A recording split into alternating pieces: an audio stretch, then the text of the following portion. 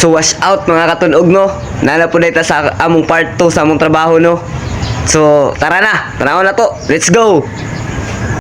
So mao dahil ni sila mga katunog no, ang gapakyaw sa git mga katunog no.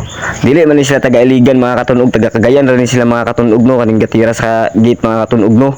Wala na ako ni gikuha ning git mga katunog kay dili naman makaya sa adlaw mga katunog kung ako pang kuwaon mga katunog. Pero grabe kanindot mo tira ang gatira ani nga git mga katunog. Grabe ka tsada kay nga pagkabuhat mga katunog. Di gid masakaan og tao mga katunog. Nindot kayo nga pagkatira sa git mga katunog.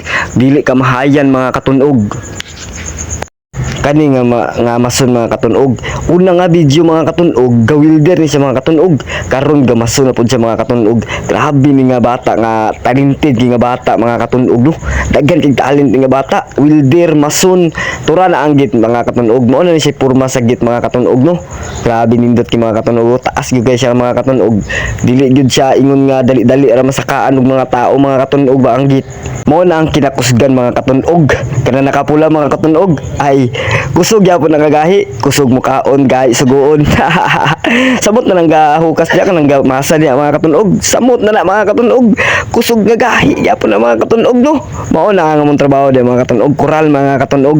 Human dito sa git nga among gipustihan, diri na pud mi sa koral mga katunog. Mao gyud among trabaho mga katunog. So diri ra tama na atong video mga katunog no.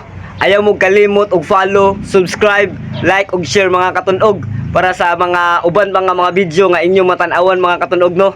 Salamat kayo sa ngatanan og brr.